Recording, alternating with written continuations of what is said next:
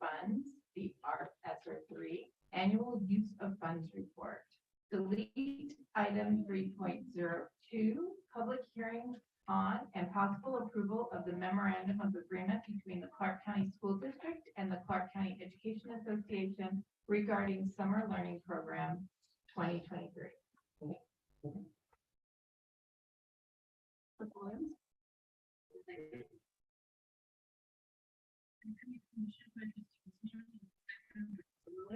Trustee, please pass your ballot. Trustee Ford? Aye. Very good. The motion passes 7-0. Now, before I open the consent agenda, this is the time for anyone who's not had a chance to complete a yellow form to submit their public speaker card. And if this is your first time, you can take a yellow card and submit it to Lovisa. Have not done that already, please do so now. Otherwise, we will not be giving a new card to speak.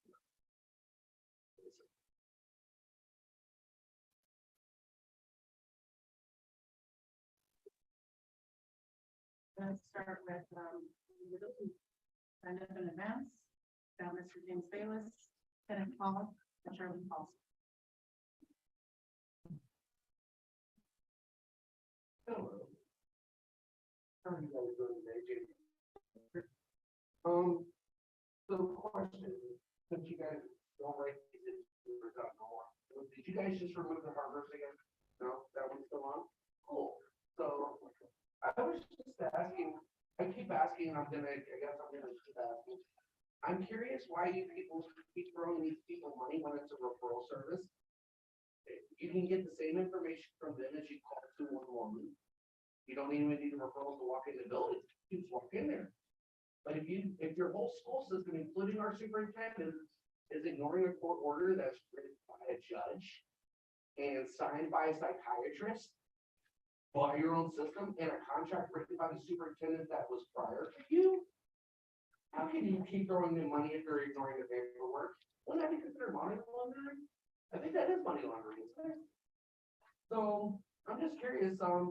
This is like the numerous times I've been up here, because again, this all pertains to that arrest that happened that 3 months said didn't exist, and everybody else in the due process that's going on right now, that Danny Bahar, they didn't even acknowledge it. We're in a due process right now that may not have phone calls or email. But you guys have a manual written out for that. Is that just to look pretty? Because it sure in hell ain't being followed. Because Linda Justin just left week that federal laws are not being applied. That is a federal law. Due process is a federal law. I understand because of Danny Bahar being the AG and all, he gets to break those federal laws, and who's going to say anything about it? You would actually rely on the Las Vegas Economic Alliance, but oh man, it's chairman. So what you gonna do? When you're the chairman and the superintendent and you hold the monopoly over the city, what do? I almost got the man fired, but then he managed to miraculously pull a rabbit out of his hat. And then I found out why you guys got that contract early. Probably because you didn't want the sped department's meeting to be heard prior to his contract, because you know that 53%, that's the 47% that's missing. Deanna got a nice little roast about that on December.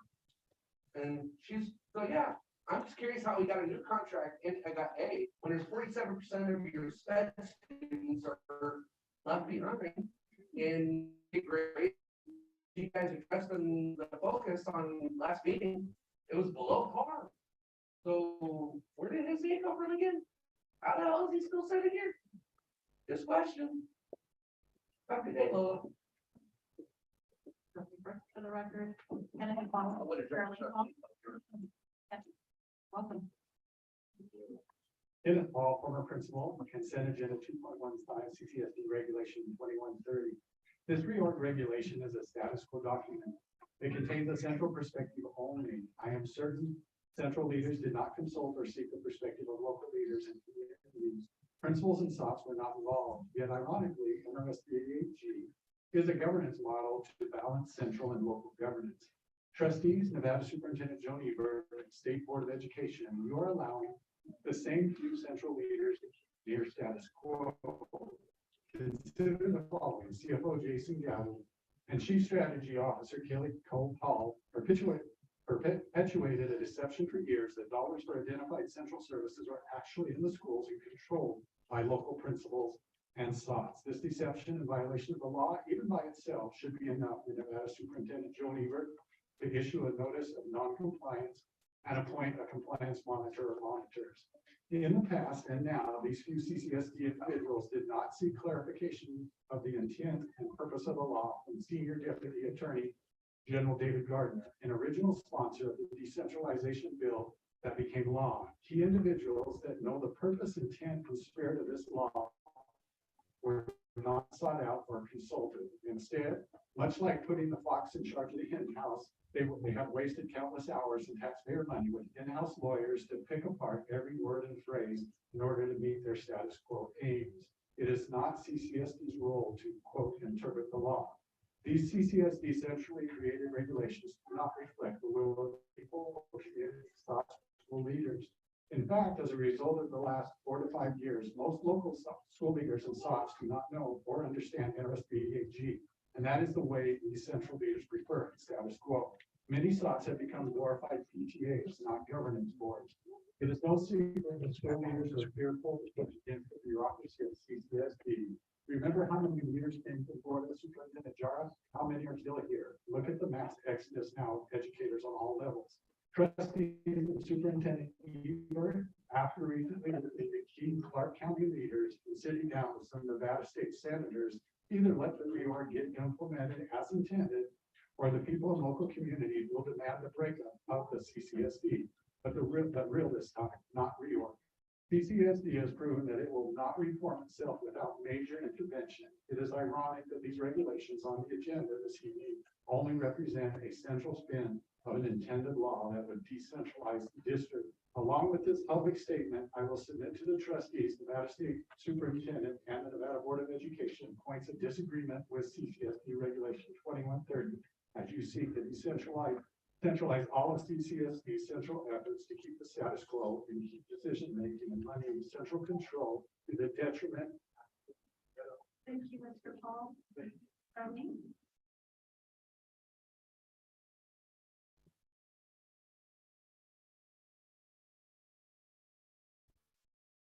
Charmaine Paul. This reorg law, I've been watching and listening to. My husband is working on it for years.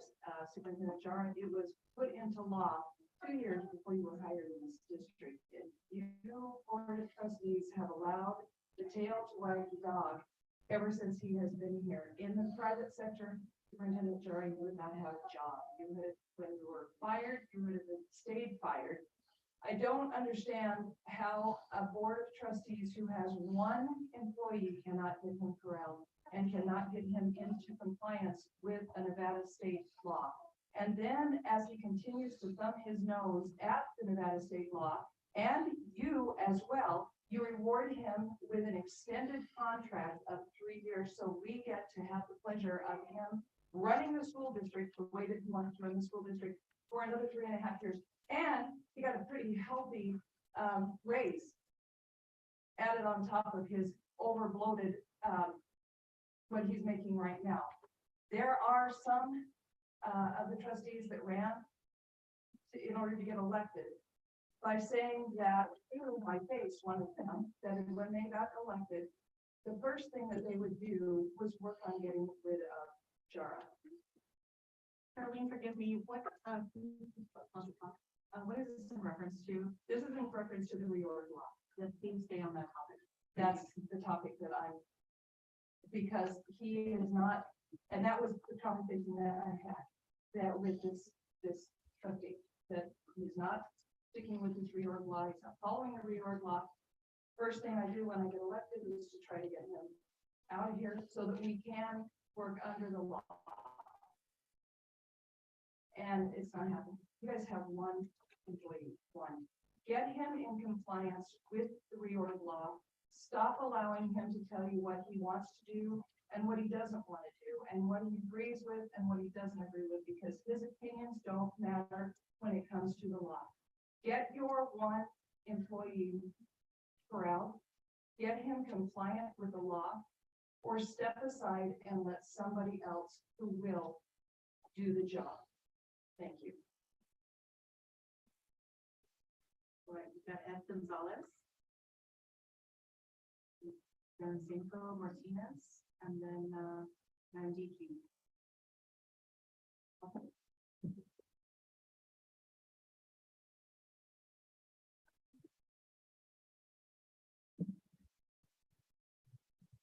Thank you, Madam Vice Chair, members of the board, Superintendent John. I apologize, I'm not used to talking to consent calendar, I usually get here much later, so.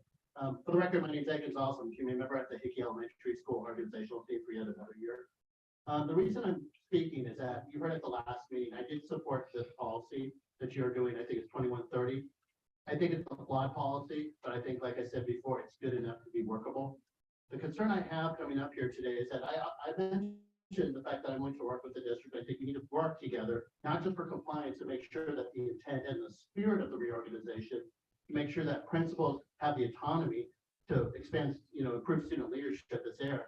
But as I sat down, I heard the comments from the board, and it was what was disturbing to me was the attacks of the state board members for basically almost seemed like petty reasons for implementing the law. But more importantly was some members of this board saying that this wasn't driven by the community, the fact that this needs salespeople to pitch in. I find that very condescending. We're trying to work together. And the reason I say that, if anybody was here from 2015, 2016, this is probably legislation that's probably the most discussed in the history of our state. There were 20 meetings. There were groups between the superintendent at that time, Pat Skorkowski, Trustee Linda Young sat on the technical advisory committee, 3 mayors sat on the committee, representatives from both the PTA, the chambers within the Las Vegas Valley, all sat on this to figure out how we can improve education through this model. This item was constantly talked about, not including the meetings that we had with stakeholder groups, whether we went to the historic West Side with Yvette Williams to talk about churches to make sure that we can reach out to the African American community, reach out Fernando Romero and Hispanic and politics on the east side, going to North Las Vegas to Henderson, from the east side to the west side, from the northwest to the southwest and to the rural. We spent an enormous amount of time doing this. And even afterwards, we had committees with who talked about, well, with the Community Implementation Council headed by Glenn Christensen. We had Mo Dennis chair committee with the working group with the SOTs. And once again, we had Senator Roberson and Senator Ford on the committee dealing with it after the legislative session was item be passed. We have 3 city council members on the Las Vegas City Council who voted for this legislation and 1 who worked as a consultant. We have 3 members of the county commission who voted for this. We have 1 person running for the Las Vegas City Council who sat on an SOT. We have 1 city council member in Boulder City who sat on an SOT. So it drives me nuts at times when we say, we need to sit here and work on this, and people are condescending to this. There's 2,000 SOT members. The first year we had this, 10,000 teachers voted for the SOTs. The reason why people are frustrated is because the district didn't have to do anything. They don't implement the law. So, Madam Vice President, I've run out of time again. Thank you so much. Is Francisco Martinez present? And Cinco Martinez. Hi. Andy B. And then after Andy, Beth. Oh, Andy B. Amando Bar. Bueno. Is next. Buenas tardes.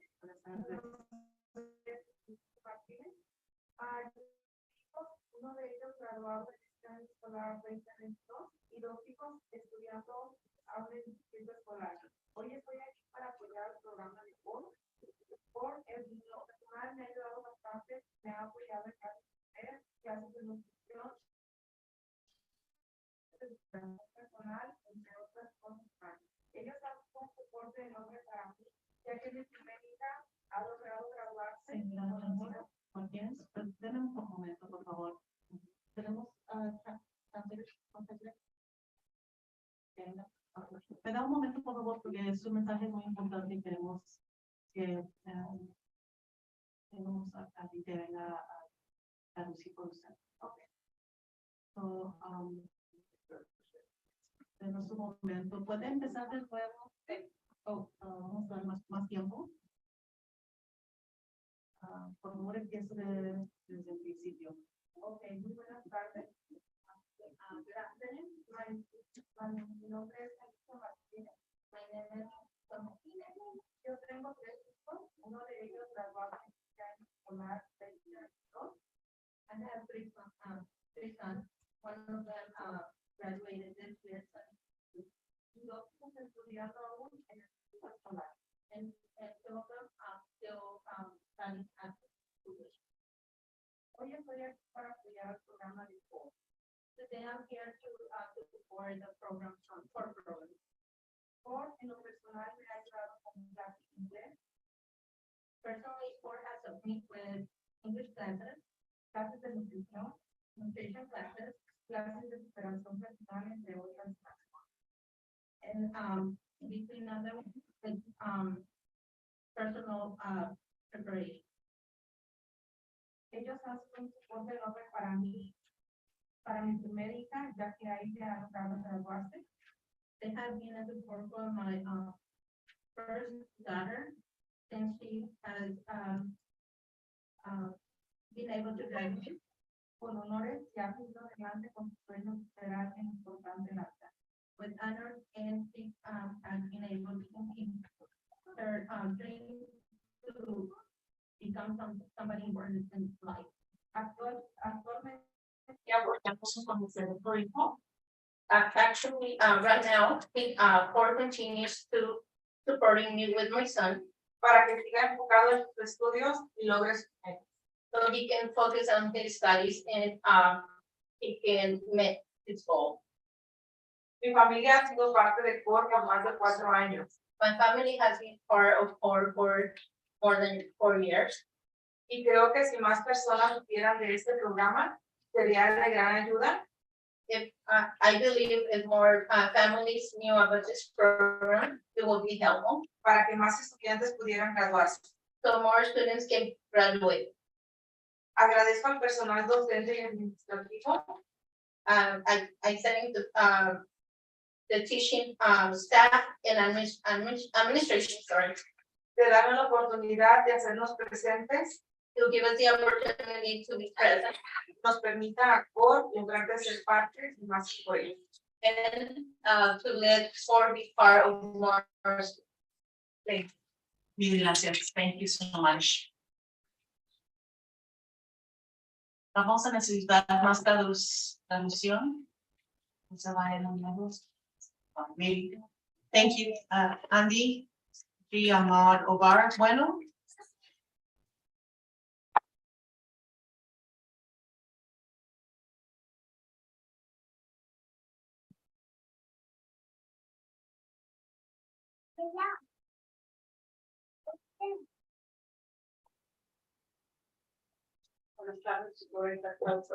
Oh, sí, puede. Okay, please. Thank you. Por favor, diga su nombre para. Muy buenas tardes, mi nombre es Ana Almodóvar. So my name is Ahí. Almodóvar. En este momento estamos aquí porque soy mamá de 2 estudiantes de CCSD. So I'm here to become the mother of students. Actualmente participo en COERCION, es mi hijo. So my son is the one in core program. Queremos hablar un poquito de COERCION, de lo que la experiencia que nosotros hemos tenido. I want to speak about the core program, the experience you have. So, Especialmente nos ayuda mucho a los muchachos, tanto académicamente como emocionalmente. Todo está calificado para ello. whether the persons with academic and emotionally, all the staff is very qualified. En familia, nosotros como padres nos ayudan con talleres igualmente para emocionalmente, psicológicamente nos han ayudado bien. So they also have the family that's parents and support. Nos han dado talleres, como dijo mi compañera, de nutrición, nos han dado talleres para aprender a controlar nuestras emociones So they helped us with shocks on emotional and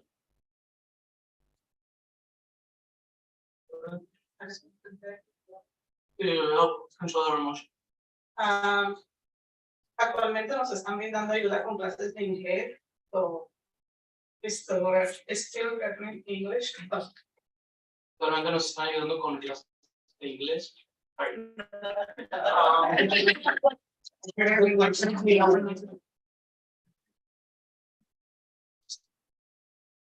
Nos están ayudando también durante esta pandemia, nos ayudaron personalmente con familia cuando salimos todos contagiados y estuvieron pendientes de nosotros, tanto para saber si estábamos con el inglés, si teníamos prioridad y nos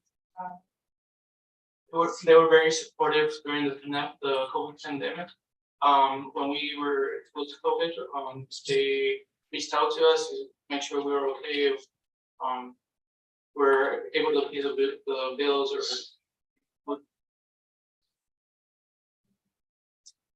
mi hijo ha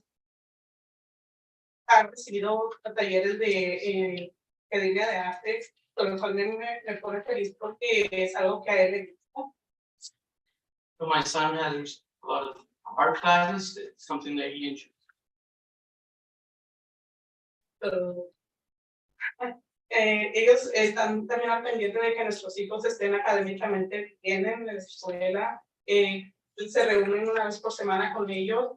Para lo académico se reúnen para hacer voluntariado, lo cual también me pone feliz porque ellos aprenden un poquito de las personas que están en alguna necesidad o personas mayores.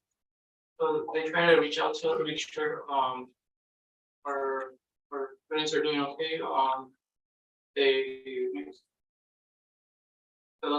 Están haciendo voluntariado. So they're making voluntary programs. Quiero agradecer a todos por la atención, gracias por la oportunidad, gracias a COERCION por hacernos parte de su familia, gracias por este momento. So I want to thank everybody. I want to thank COERCION for making us family. Once again, I want to thank everybody. Y ojalá pueda ayudar a más. And we hope that COERCION can help more families. Thank you. Mil gracias. Thank you. Norberta Velo. Or Norberta Velo.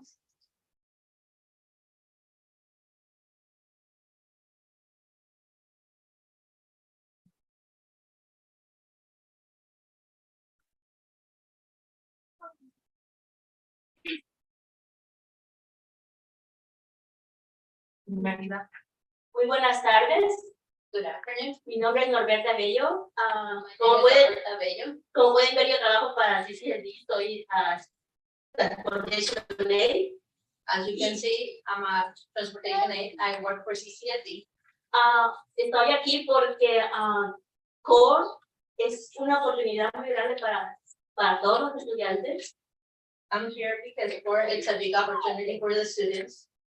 CORE ayudó a mis dos hijos desde el 6º grado hasta el 12. CORE has helped my two sons from 6th grade to 12th grade. Y también les sigue ayudando cuando van al college 2 años más para que puedan seguir estudiando y motivándolos. And then they continue helping them while they're in college for 2 more years, so they can study and y pues lo que me gusta de CORE es también que les da mucha información a los estudiantes, especialmente pues a mis niños, cómo conseguir becas para lograr sus sueños, para pagar las clases, para la transportación, para... What I like about CORE is that it gives a lot of information to my kids. I also like giving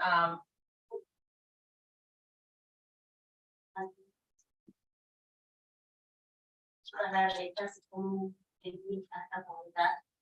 hasta so they get information how to get grants, how to get for guys like gift card for gas. Oh, You know, gift to go to college. Me gustaría que COR siga adelante, que siga ayudando a más familias, a más estudiantes. I would like her to continue helping families to keep helping other students. Me acuerdo que cuando estaba la pandemia, I remember when that pandemic was on.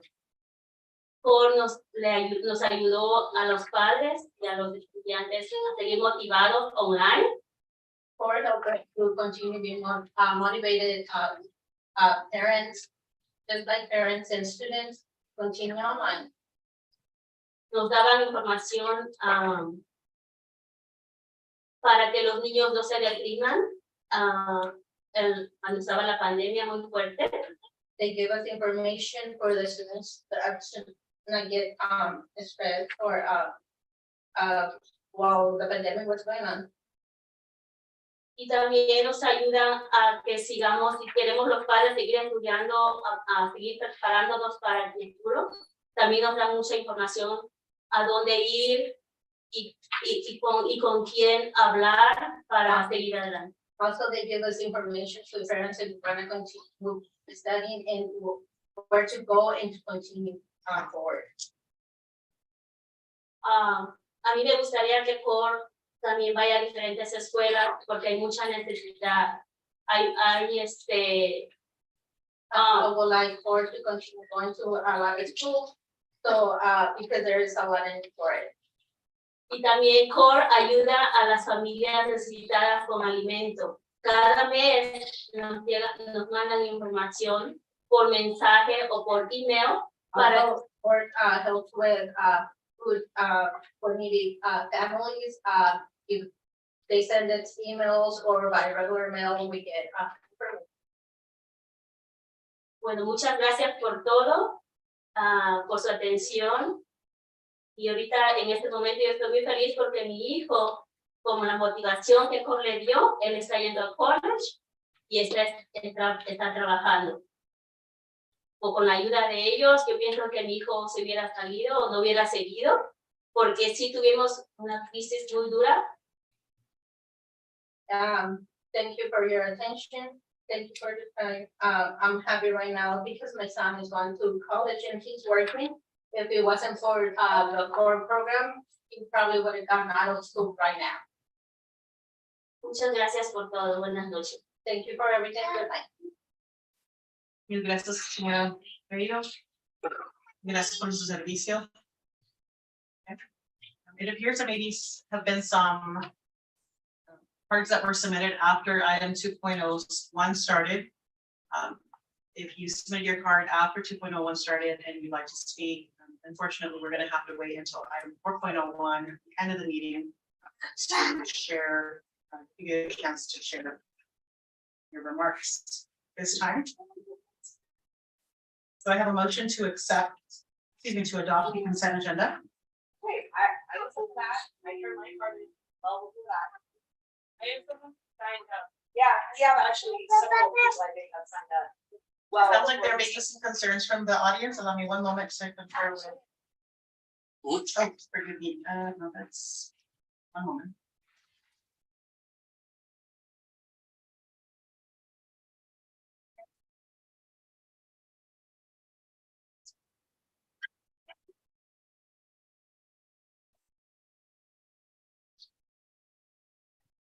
And you said that you signed up in advance. What's your name? Oh, that's very cool. Oh. Ms. Bosch, we have you signed up for 4.01 public comment on items not listed as agenda items, so it'll be soon. But I do have Ms. Binder. Thank you so much. Come on up.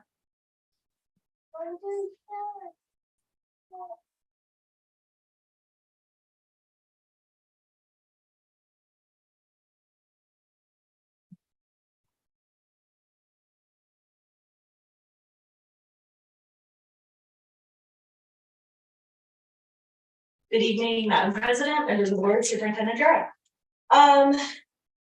So something I noticed tonight, number one was I believe our board president made very clear they weren't gonna fully implement all the new rules until the beginning of the year because it takes a while to get used to.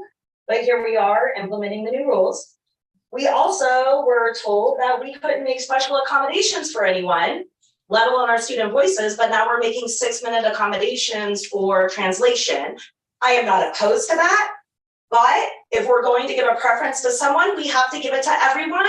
And I think our entire community would stand behind giving student voices that opportunity to not sit here for 3 or 4 hours on a school night. Tomorrow's not a school night, but typically it is. But if you make one accommodation, you have to make more. So I'm just gonna point that out, okay? Ms. Binder, are you speaking on a? Yes, ma'am. Yes, ma'am. We love Special Olympics. I really want to give a thank you to Monica Talbot, who helped me very much last school year in getting a bunch of information out into our SPED community about the partnerships that Special Olympics makes for our special needs kids, special abilities kids. 2.16 has no price tag. That's very concerning to me. I looked at it 7 times. I didn't see a price tag. You guys know, I want the opportunity, we want the development, we want the services. I just didn't see a price tag. And earlier, just a couple hours ago, our district made a tweet about the 9 community partnerships to the tune of $54 million about providing services for our children with the ESSER and the art money. So to not see a price tag on that tonight was, you know, a little alarming. And if we want to jump back to the harbor, I told you guys I had a meeting. I did have a meeting with the DOJ on Friday about your data. I provided them all your data. I'm so thankful for attorneys at the federal level willing to look at our data. So we'll see where that harbor comes back because our community is right. It is a referral service. They do not provide services and our children need services. So wonderful stuff there. Then we want to get into like some spending, right? So on 2.01, there's $4 million going to library material. Why is it that I'm hearing from librarians across the county that they can't get funds for new books in their libraries because it's not in the school budget, but then you see $4 million going through for libraries? How is that split up? Who gets priority on that? Like, where is that $4 million actually going? I can't see that because the public documents don't tell me that. Just like the public documents didn't really show me the almost $1 million we spent in murals on schools in the last 2 years from carry forward funds. Murals, paint a school.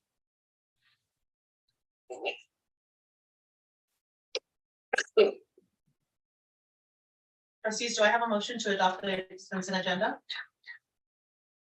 Trustee Guzman. I move to adopt the consent agenda. President Isabella. I'll second. Trustees, we have a motion by Trustee Guzman and a second by Trustee Cepeda. This time, please cast your vote.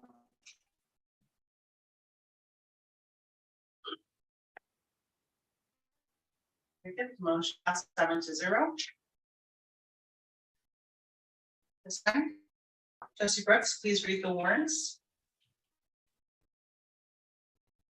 Thank you. Ratified warrants as listed in the bills payable transmittal and board memorandum number 07-22-23 in the total amount of $152,589,623.22. Thank you, Trustee Brooks.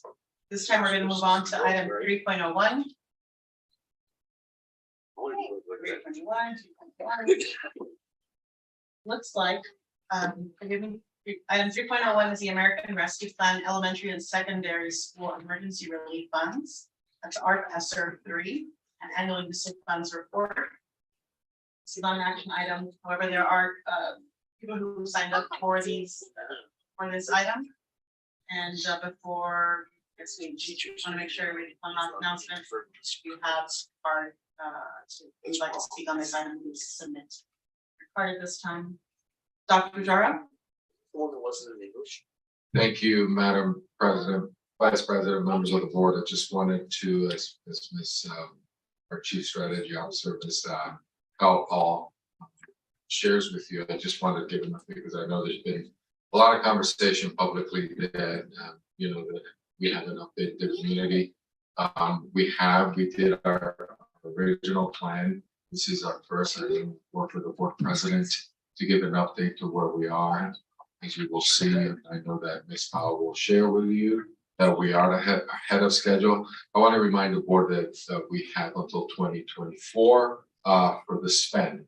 And as we have been working through this, if you spend all the money up front, it's wasteful spending. If you spend it all at the end, again, it's just catching up. So we have a strategy that we will be updating you on where we are today and a continuous. And this is, as you will see, this is the largest investment in public education by the federal government. You know, our concern at the end is what happens when this money goes away. Is that I've shared conversations with the states, with the Secretary of State, the Secretary of Education, up is where what happens when the money goes, and it's the state, would be the state's responsibility to continue moving forward. So excited to where we are, but a lot of effort by our building principals, our staff, into really recovering and accelerating out of the COVID-19 pandemic. So thank you for giving me the opportunity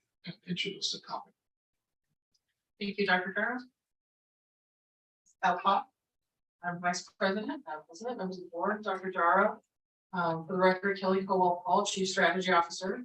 As Dr. Jara mentioned, I'm here to provide for you and for the public, our first ARP ESSER 3 annual use of funds report. My presentation, I'm not going to read the report to you, but I will take a few moments to orient you to the full report, which is also attached to reference material in English and Spanish. We are also on track to get it translated in Tagalog. I'm going to get to some outside about that one. The presentation will give you some high-level status information in terms of the implementation of these federal relief dollars that were allocated to the district under the American Rescue Plan.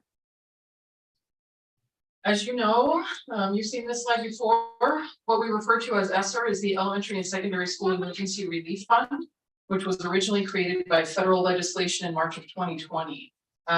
These are not the only federal relief dollars that the district has received, but they are by far the three largest allocations to the district to support relief efforts in response to the COVID-19 pandemic.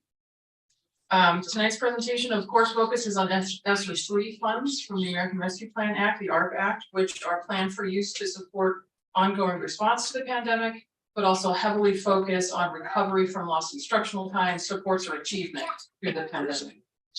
We have, as Dr. Jara mentioned, until September 30th of 2024 to obligate these funds, which is just under 2 years from today. And we are conscious of just how little time that is. Although I'm the one sitting here before you this evening, this report reflects the work of so many who deserve to be acknowledged for their efforts, including this board for their oversight, the superintendent and my peers in executive leadership for the work to develop, revise, implement, and monitor these investments, the individual project leads and contributors from across units, many of whom are sitting in the audience this evening, and the grants development administration team who continue to dedicate their time and effort for these relief efforts for our students. Our work is supported by Jessica Rauch and her team from the Give Better group, upon whom we rely for their expertise and experience, and for whose partnership we are grateful.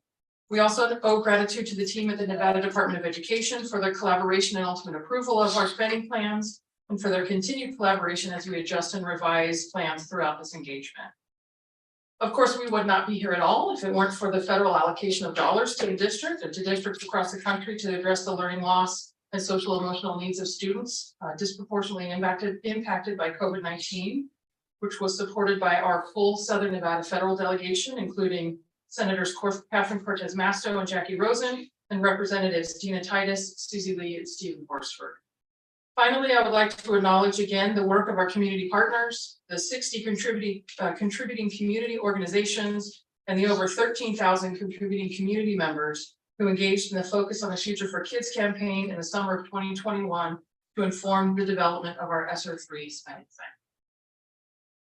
Our team has continued to work toward pandemic recovery with our guiding principles in mind. You've seen this slide before several times also. We've maintained our focus on partnering with the community to emerge stronger post-pandemic by prioritizing learning acceleration, educator supports, long-term sustainability, and we maintain the same guiding principles that you have seen and have been shared before. So the report itself is plainly organized and laid out, I hope, after acknowledgements and a letter from the superintendent and board president to the community is an introduction to our ESSER 3 allocation. That introduction includes key takeaways from the report, information about ESSER 3 and how the district developed the use of funds plan, our commitments to the community and our guiding principles, a high-level overview of how the district is using our ESSER 3 funds, and our repeated commitment to transparency with the use of these dollars.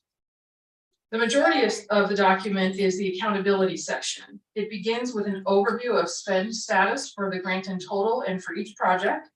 The pages that follow that overview include detailed status information for budget, implementation and spending for every project funded by ESSER 3, grouped by priority area. A few projects are highlighted throughout to provide a glimpse into the outcomes being realized already as a result of these investments. And also, as this board and members of the community have requested in the past, a status update of all projects that were included in the initial spending plan, but are no longer being funded with ESSER 3 dollars is also included in the accountability section.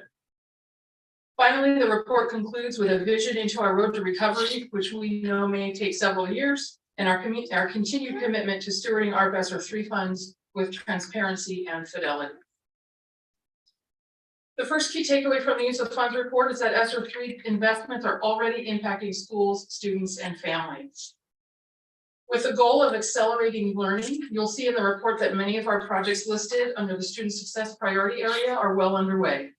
We cannot accelerate learning without strong Tier 1 curriculum and instruction. Every student has access to Tier 1 science curriculum and supplemental instructional materials in social emotional learning, the benefits of which you heard from a few of our principals at the October 13th board meeting during the student improvement update. Every student has access to a device and to internet access. We're fitting classrooms with technology that will support and enhance high quality instruction. Every student has access to a wide variety of wraparound services and mental health supports. Every student has access to one-on-one tutoring, of which over 12,000 students have already taken advantage through paper tutoring. 97 teachers are currently earning a master's degree in ELL with an ELAN endorsement at no cost to them.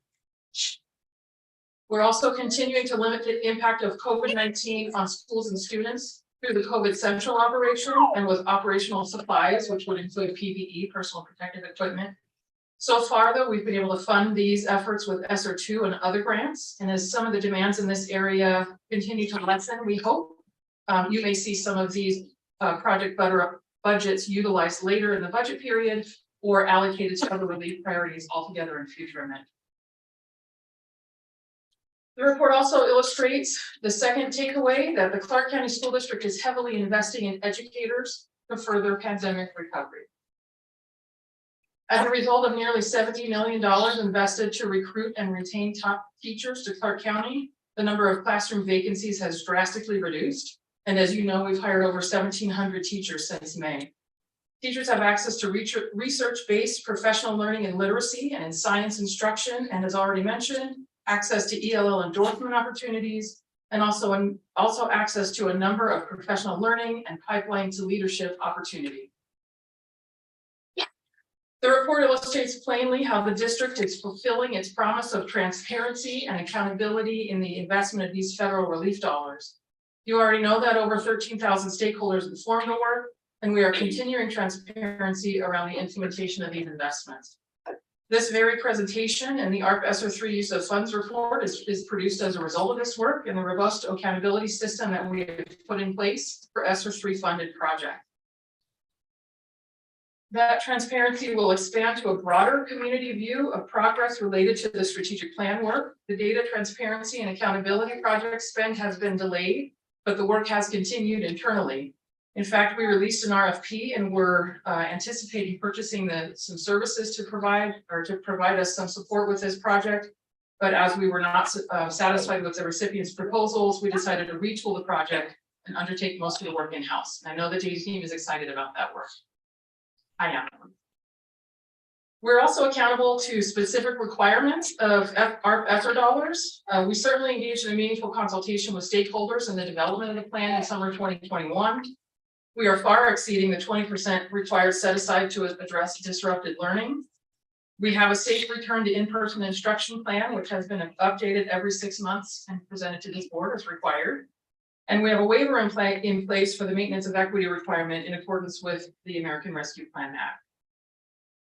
Finally, the report illustrates that the Clark County School District is on track to make these impactful investments in service of pandemic recovery on time in order to make the most of the taxpayer investment in our children. As of October 1st, we had spent or encumbered just over 1/3 of the district's allocation, or just over $255 million. Most of the remaining funds are dedicated to budgeted spends, although, as I mentioned before, we do anticipate further amendments as additional adjustments become necessary. You'll remember that our initial ESSER 3 spending plan was approved in March of 2022. We had engaged in careful and structured planning activities while our application was pending and was being reviewed, which allowed us to ramp up implementation very quickly once the plan was approved. At this point, I have high confidence in our continued progress toward the spend of these dollars and the implementation of projects that will have a real impact on recovery from the impacts of the COVID-19 pandemic. Our teams have well thought out plans. Their plans are very detailed. We have implemented a highly structured monitoring system that allows us to adjust resources and support as necessary on a regular basis. You'll see those adjustments in the form of additional amendments to our ESSER 3 application in the coming days. I anticipate engaging with the team in preparation for and submission of the next amendment this winter. Beyond that, and as we get nearer to the end of the ESSER 3 spend, the district and individual schools will have to start making decisions about which of these investments we or schools will want to fund once the relief dollars are no longer available. The district will make choices about what to continue funding through the use of general fund, and of course, what to discontinue funding in trade and through other grant opportunities. And schools will start making decisions about the use of their strategic budget and their carry forward dollars towards some of the resources or supports that they found impactful. We're keenly aware of how critical our successful execution of this work is, not only in the short-term recovery from pandemic losses for our students and for our system, but also for the long-term recovery and system improvement. With that, I'd be happy to turn it back over to Superintendent Jara or to the Board of Trustees for questions or conversation. Thank you, Ms. Calhoun. This time I'm going to turn it over to trustees who. Trustee President Cepeda, are you in the queue?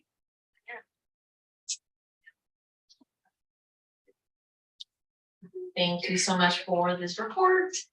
First question is specific to how are some of these monies aligned to our goals? So we are moving more towards alignment in our efforts and making sure that our goals are reflective of our financials. Our financials are reflecting the importance of our goals. Can you share some examples of how the money is or isn't aligned with our goals?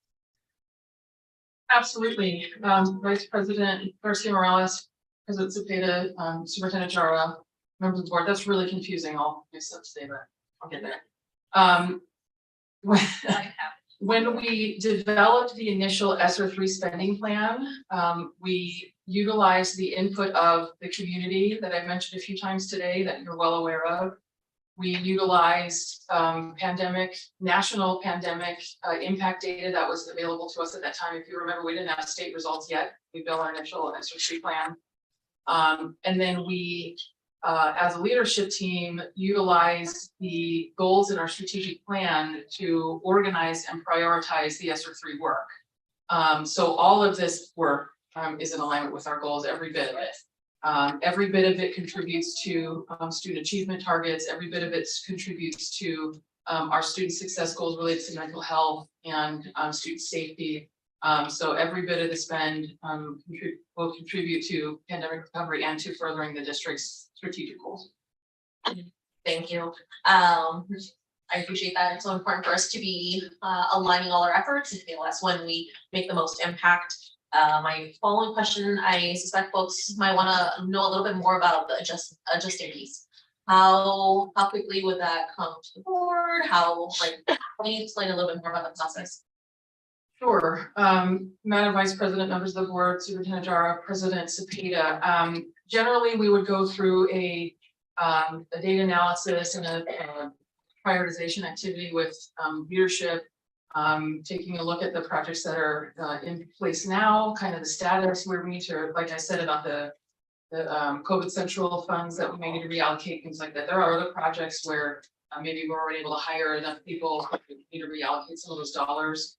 What we want to make sure that we do is spend every last penny of it that's been allocated to us in support of our students. So anticipate that internal work taking place maybe a month or so, probably in November. Then with the development of the application taking about a month throughout November with our grants team and building the actual application. And then we anticipate maybe a 6-week back and forth with the state until approval. So you'd be looking for it at the board probably around mid-end January. Thank you. Last question. So I come from a grants world. Sometimes the word obligated may not be something everyone knows. Can you share a little bit about what this money needs to be obligated by 2020? Yeah, generally, I probably would need to reach out to legal or a phone a friend for the real answer, because I don't live in that grants world either that closely, CCSD, but I can tell you that we're sort of setting a 6-month early target for everything to finish, so that we can be sure we don't get to the end and go, oh shoot, something didn't come up quite as expensive as we thought it was going to be, and not have any time to adjust. Oh, great. That was going to answer the question for me. Thank you.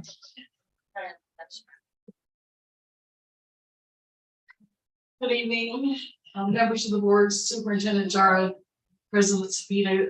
In response to your question, in the grants world, obligated means that we have encumbered the expense. We have signed a purchase order. We have signed a contract with a vendor.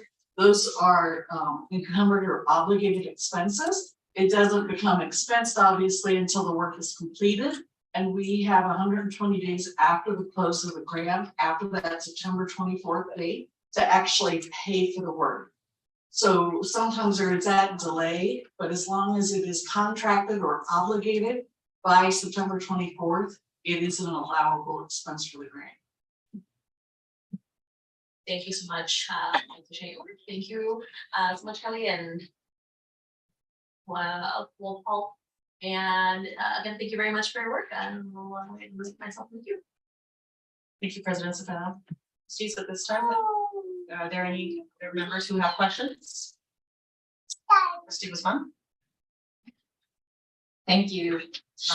I appreciate that. I have just a couple of questions. One has to do with our accountability piece.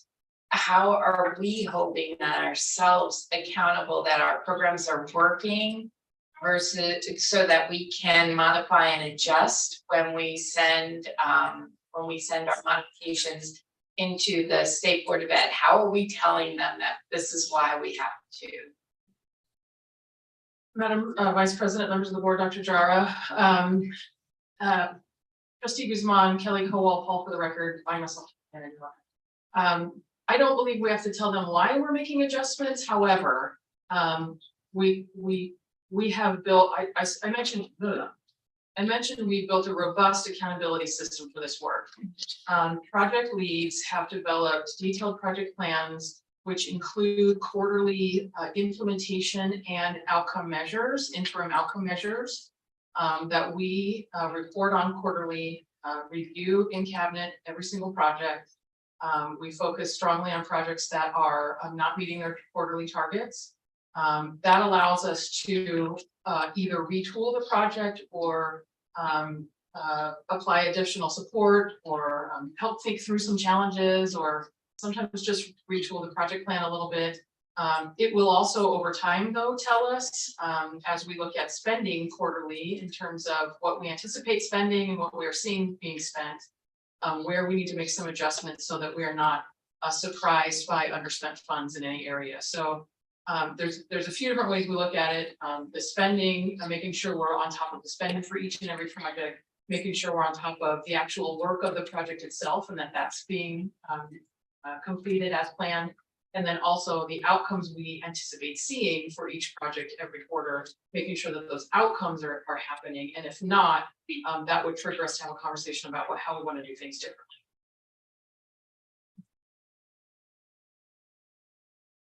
So I know Dr. Jara has an answer. Dr. Jara? Madam Vice President, members of the board, I just want to ask, Ms. Powell did a great job, but on a practicality, I guess an example, when we're looking at it in cabinet, going through the process, one of the things that came up from the field, which is my extended cabinets were principals that sit in there. Principal said, we're doing Amplify, which is being funded through this program. And they said, well, we need more professional development for teachers and support. So it gave us an opportunity to say, let's look at what other grants, what other projects that we may be able to move and shift some dollars to provide more professional development for our educators in our schools, to make sure that we're getting the support of the school. So that's a practicality, and that's the conversation that we're having around every single project on a quarterly basis, which then dovetails to Trustee Cepeda's question on Focus 2024, which is our strategic plan. It dovetails to say, well, what are our goals and our targets? And that's every other, once we have this meeting, and then we bring it at the following meeting with our principals on our strategic plan. Thank you. There's one other piece when we're talking about SEL and our mental health professionals.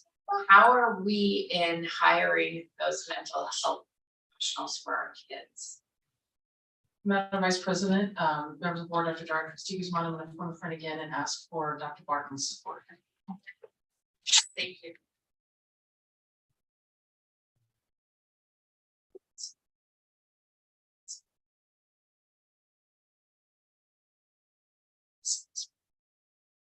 Madam President, members of the board, Superintendent Jara, Trustee Guzman. The mental health services project, obviously, when we started the planning for this, there was an emphasis on people and hiring health services specialists to do the work.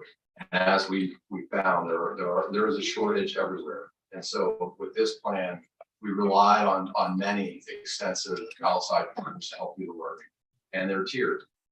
We have many Tier 3 supports in this ESSER plan that provide on-the-ground service, a Tier 3 perspective, and even services that push in the home.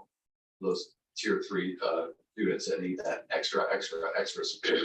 We also have Tier 2, as an example, on all of our campuses across the valley, which includes telehealth options.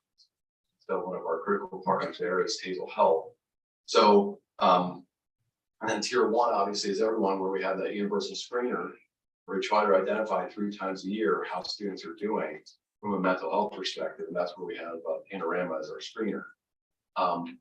We always have a plan to hire more personnel, but at this time we are definitely, and probably will continue in the near future, to continue to rely on these outside partners, because our pipeline is not robust to fill those counseling, social worker, psychologists, those specialist positions. Thank you. My last question is for Dr. Jara. There was a letter that urban superintendent signed that asked for extra time to spend the ESSER monies. And I know that as a district we signed on, and yet it looks like we are on track. So will we need that extra time? Madam Vice President, members of the board, we signed on, actually, it's all urban superintendents and all superintendents and all Nevada superintendents also.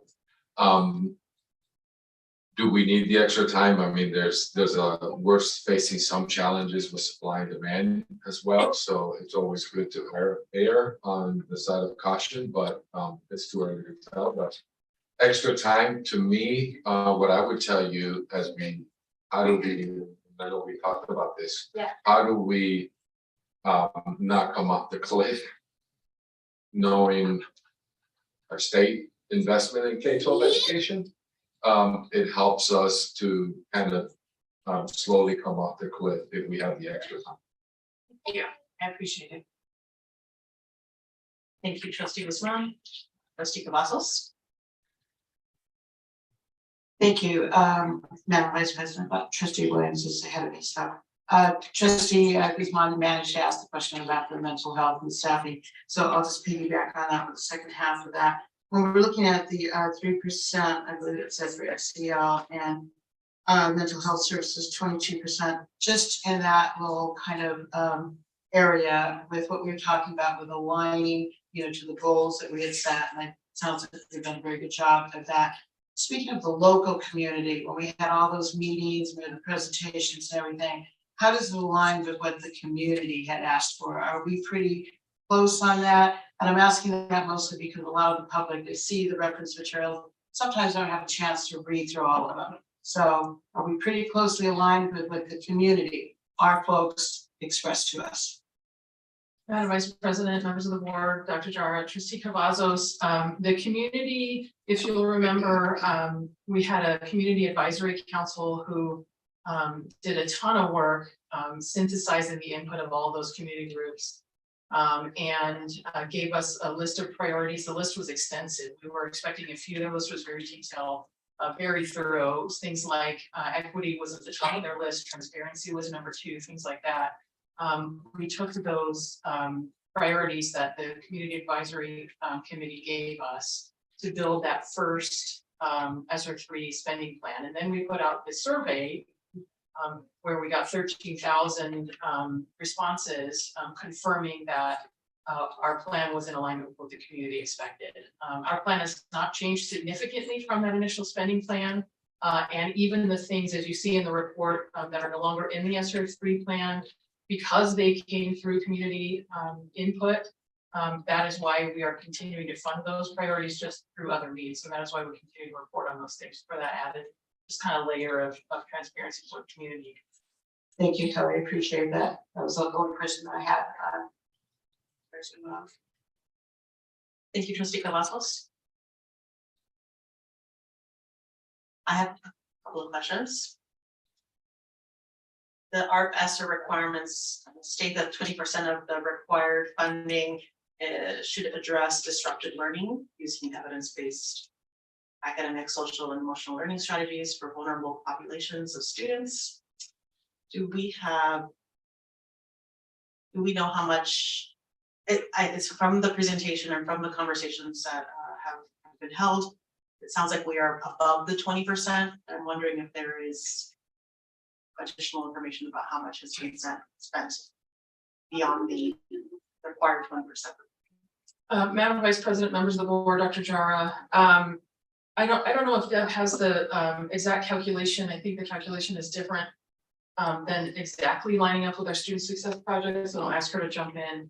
But you can see that the vast majority of our work is in support of student success priorities, which all would impact learning loss.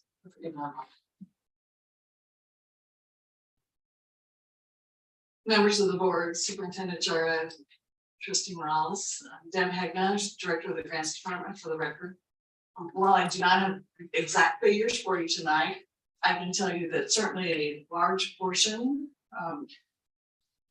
there is probably 70% of them of the student support funding that's being driven to academic support, and around 30% of that funding that is going to mental health support.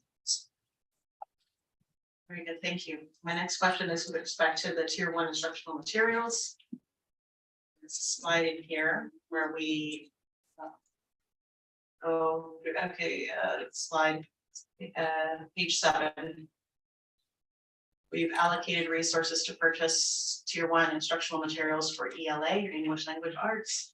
I just need a reminder, I feel like this has been brought up in previous meetings in terms of the timeline. There are delays in updates on curriculum, but can you please remind us of the timeline that will this be done before 2020?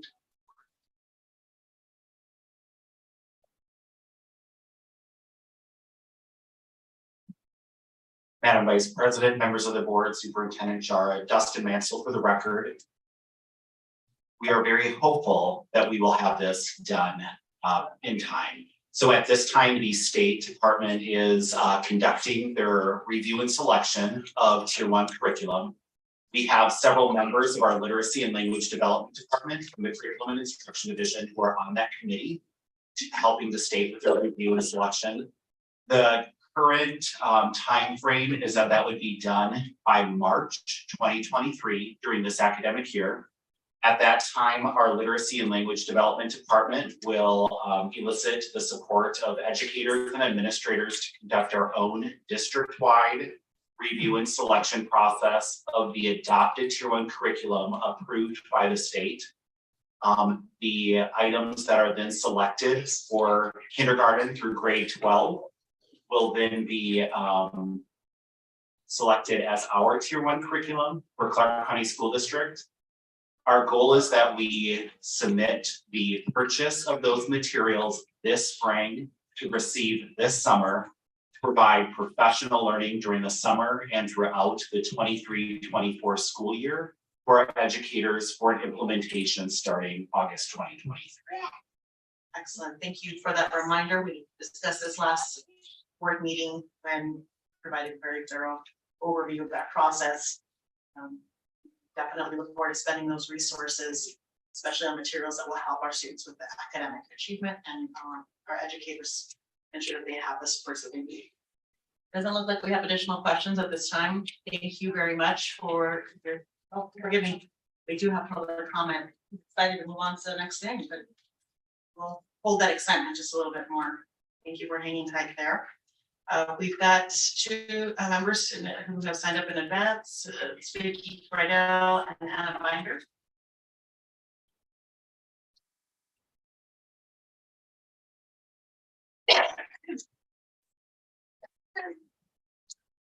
Vicky Friedel, reading teacher in CCSD and president of the Southern Nevada Community Trustees. I'm looking at the ESSER 3 funds, and one thing that I can say is an overwhelming concern is student behavior.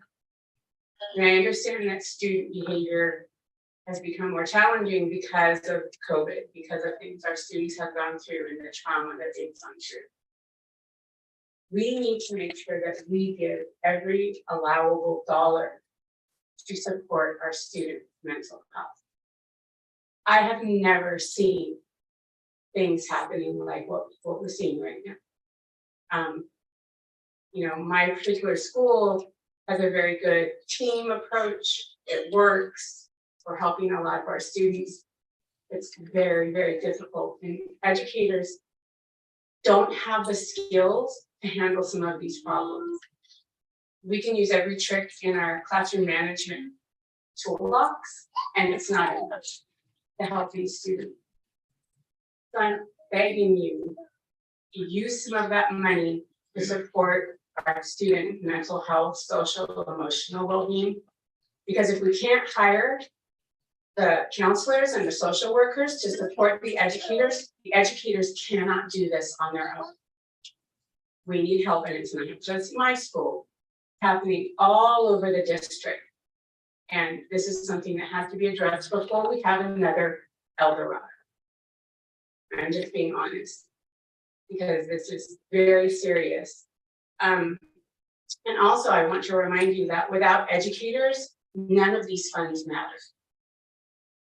If more leave, the funds won't do anything because you won't have anyone to work in the classrooms and to work in the school sites.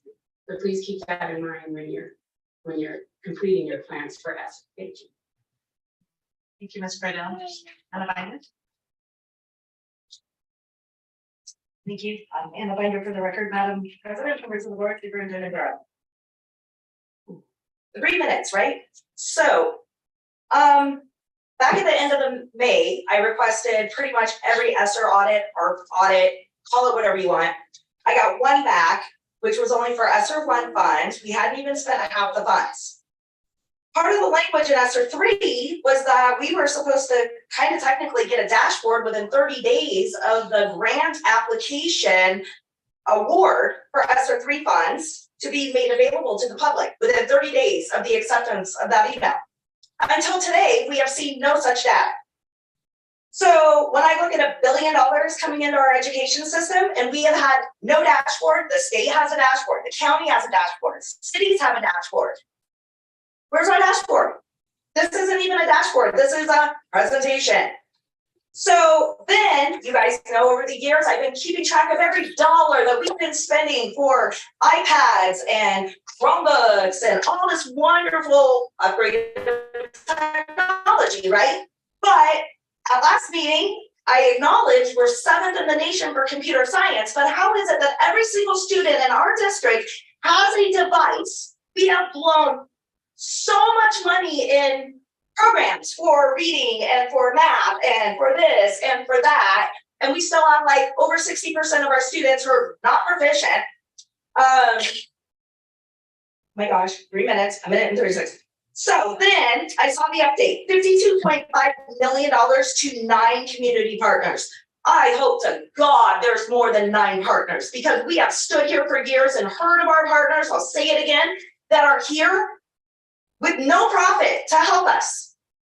We don't have to pay them a dime to show up, to help our students, to help our children, to help our community, but somehow $52.5 million is out the door to community partners. Like, I get it, right? It costs money to make friends and have alliances, but our children don't need those. They need people who show up for them with true intentions, right? So then $6.75 million for data and transparency, but I can't go into open book and line up a single vendor to the actual amount that you guys approve for purchase orders. It costs $20,000 for that, apparently. So at $6.75 million, we couldn't come up with the $20,000 to make open book the truly transparent, the operating that it should be. And I keep getting pushback on that. I can't print it, I can't export it. I can search it, I can scroll it, I can screenshot it, but I cannot disseminate it back out. And who got paid $332,000 to come up with this?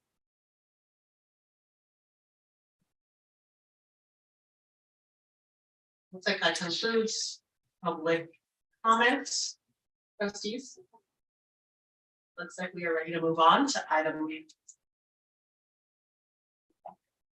4.01.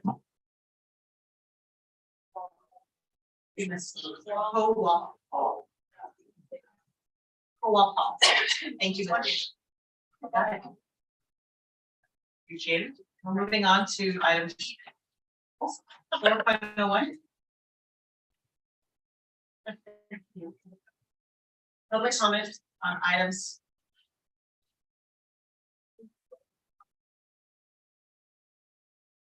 We're moving on to item 4.01, public comment on items not listed on as action items on the agenda.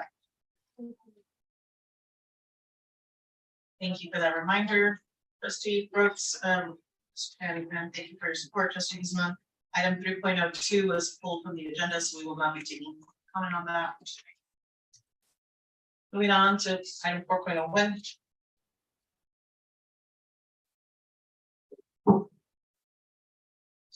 Before we fully open 4.01, is there anyone who did not get a chance to complete a public speaker card? If not, please do so now.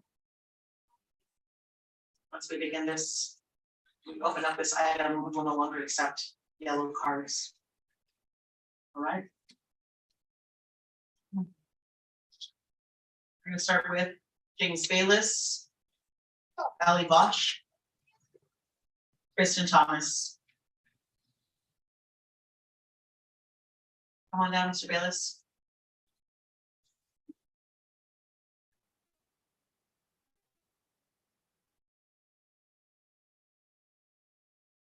Hello. So we're assuming we're at public comment. No.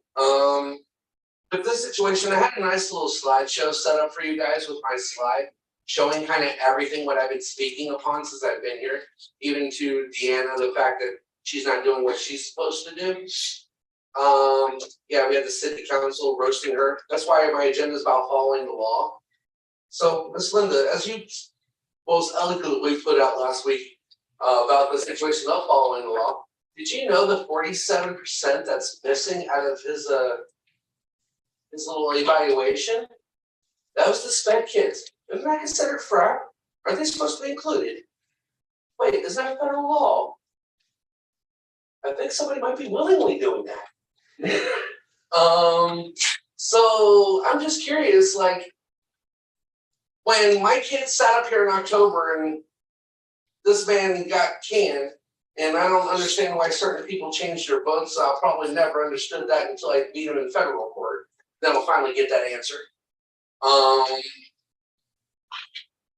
I'm just curious if you have a whole public outcry about one gentleman, because I remember our last superintendent. We never had this much coverage. Our last superintendent was not this much, I would say, despised by the city, the state. When everybody, if you turn down corners and you mention Jesus Jara, crowns come and grunts. By our own governor, called this man a liar on public television. And how is he still sitting here and getting an A? Like, the law does apply, aka this letter. My son has a one-on-one. The law states that I'm supposed to be able to. That's why it was signed by a judge. I even got a renewal, but it won't be renewed because I can't get the superintendent's signature, simply because, you know, this whole why we've been talking, it probably could retaliation because we almost got him fired once. And he had to pay out a whole bunch of money to get some jobs back. Deanna Trusowski, she's on that list of people who got that money. Kind of weird how that works when she's kind of head of our sped department, right? I thought she already got enough money for sped. So when you're not following the law and you're openly breaking the law, and when we're up here telling you guys you are breaking the law, I think that's kind of willingly known. If you're being told repeatedly that you are, and none of you obviously care, Mr. Jara. And by the way, tell Dan I said hi. Reflection off your glasses, let him know you're talking. So just when your due process is being ignored, we're in a due process right now. It has been openly ignored for a year straight. What do? You guys are talking about the laws being willingly. Mr. Bayless, your time is up. Okay. It's Attorney General. Moving on to compliance. The law. Mr. Bayless. It's the law. Is ignoring. Have a great day. Ellie Bob. I just want to remind the public, and I'm sorry for not making this comment earlier. We're not gonna, if you come and speak in public comment, you're gonna ask everyone to address the entire board. This is not a, we will not address individual members on the dais. Ellie, welcome. Hi, good evening, members of the board. My name is El Bosch. Which one should we I'm a address? sophomore at Las Vegas Academy of the Art. I just want to bring awareness to a major issue within our school system. Last Friday, I was on my way to make up a test at lunch, and all of a sudden teachers started yelling, students started running. The hard lockdown alarm went off. It was not a dream. I managed to get into a classroom with other students. There was no teacher. We had to turn off the lights, lock the door, and barricade the doors. We were by ourselves. I was with no one else I knew. We were in there for half an hour. We were not told what was going on. We were scared for our lives. Fortunately, for me, there was no immediate threat. But what if there had been? After the lockdown was over, we were expected to go on travels. We were expected to go back to normal. I have never seen so many people my age hugging and crying each other like they would never do it again. I was terrified. I texted my parents saying that I love them and I didn't know what was going on. We were all waiting to hear gunshots. We were not told what was happened after the fact. Our teachers were not told what happened after the fact. We were told multiple different things.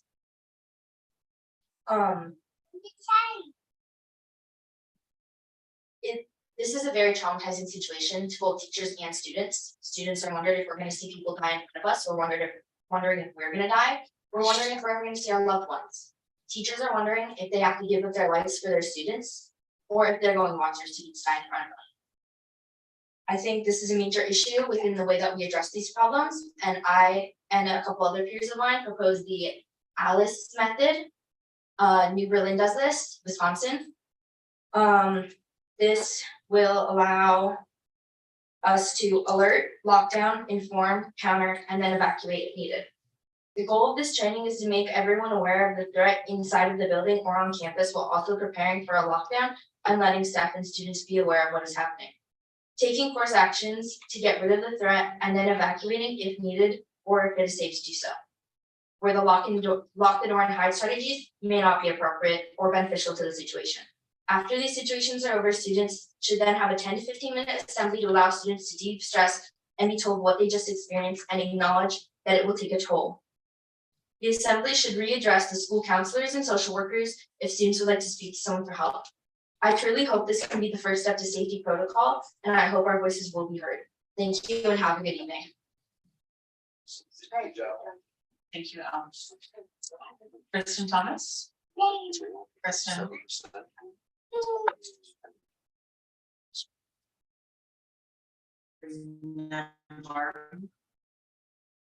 Kristen Thomas. Amelia Barbie. And Matt Schreiber. Is Kristen not present?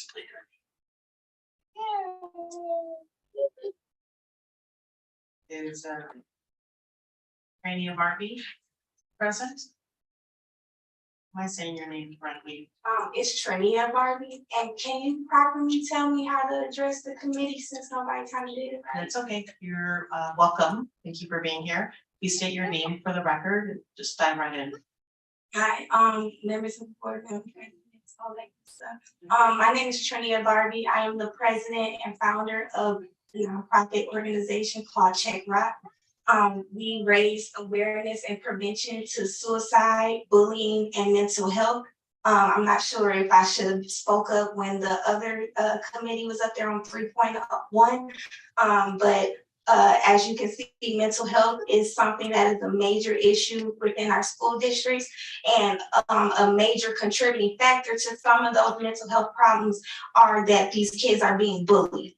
And the ultimate results with all three of those involved, they have thoughts of suicidal ideation. I personally have had friends and loved ones close to me complete suicide. I've had people come to me because they had ideas of suicide or they've been bullied. I'm here today. I don't have any kids in the CCSD biologically, but these kids are my heart. I spend time with them outside of school on a regular. I'm here with a mother right now whose son is 6 years old in elementary, who was just attacked and bullied in the common course area. His clothes were cut off of him and cut holes in them, and he had scars and everything, mentally and physically, and no one did anything. He screamed for help, and the teachers just sat there playing on their phones. When she went to the school trying to get help from the principal ignored her wishes and just walked away. Bullying is something that's not just happening here in Nevada, but it's happening all over the world. And as you all are very grown adults, I'm pretty sure you have dealt with bullies even up to today. So sometimes we have to figure out where the root of these bullies are coming from, and it starts within the schools. I'm here today to advocate for my nonprofit to be inside of our school district, making CCSD the first to have us. I'm not from Nevada. I am originally from Detroit, Michigan, and I still go back and forth out there to advocate and help kids who have been bullied.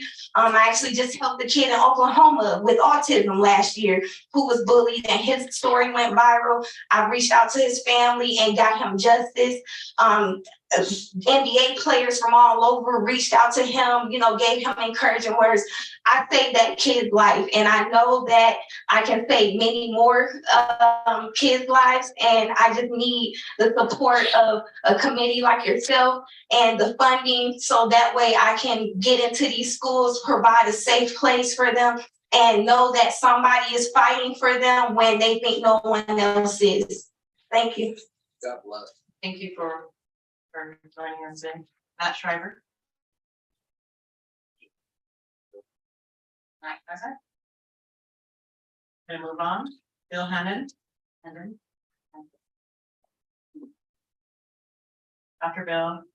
And we've got Vicki Friedel. Anna Binder. Michael Simmons. My name is Bill Hamlin. I want to provide you with one more reason why the community has to break up the school district. As you know, our students in high school math are struggling. And they're struggling because of some of the things that are happening at the teacher level. You should know that math is different from other subjects. In other subjects like history, you can teach World War II before World War I or after Vietnam. Doesn't make any difference. In science, you can teach biology before chemistry, after chemistry, before physics. Doesn't matter.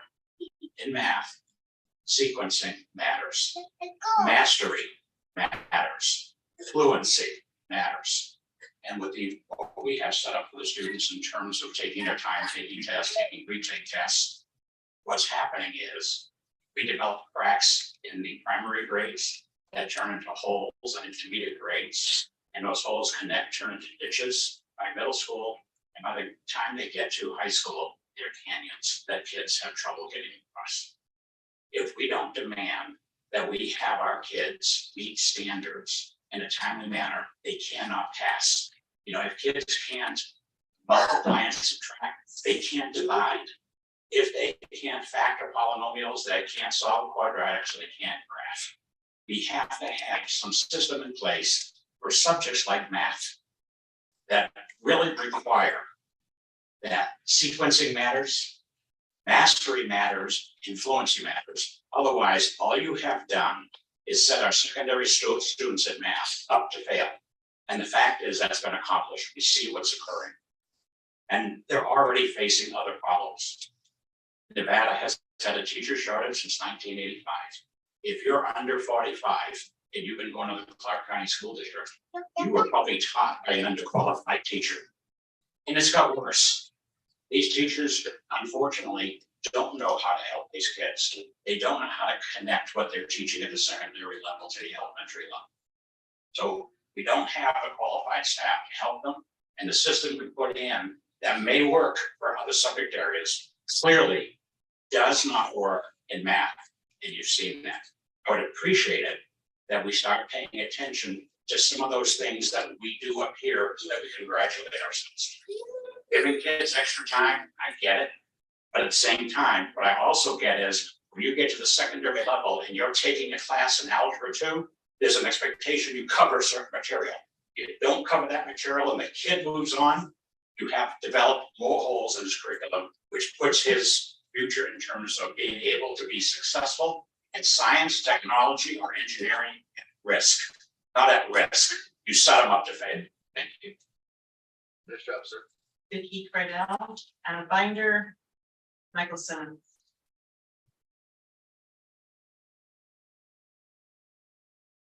Vicki Friedel for the record. I'm speaking as president of NEA Nevada. I have heard from a couple of people that the tax that are formed at school to teacher advisory council that in contract under Article 10 are being formed by CCEA members, and they're excluding anyone who's not a CCEA member from participating in school tax. I couldn't find anything in the contract that allows for that. I have teachers who are very upset who'd like to participate in the tax, have a voice. I think tax are important right now. There's a lot happening in our schools that could probably be mitigated with some teacher input. So I'm asking you to make sure that our tax that are operating at school sites are not excluding anyone, so that everyone who wants to can participate in the tax. Thank you. Have a good evening. Anna Binder, Michael Simmons. All right, last time I promised. Anna Binder for the record, Madam President, members of the board, Superintendent Jara. Tried to get it in the 3 minutes, but oh my gosh. So as a slight little continuation, you know, we hear time and time again, all kinds of things about our ELL learners. I was completely horrified this past week by receiving messages from some teachers in our bottom performing schools who attended a virtual letters training. I believe it was centered around pre-K. I'm not 100 on that. I do know who did it. But during the presentation, at least 2 times, our ELL learners were referred to as our new little Mexicans.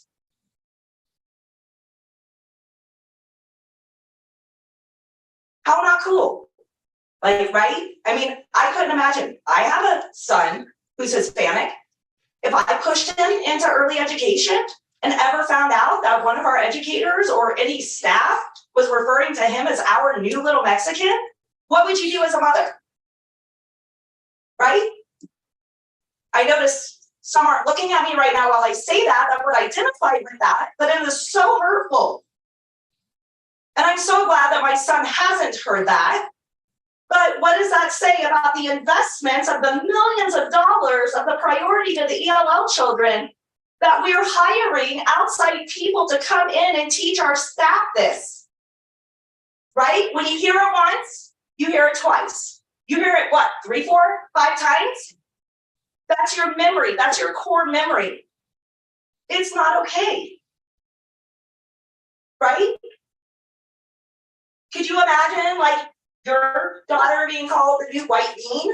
Or, like, you know, something, right?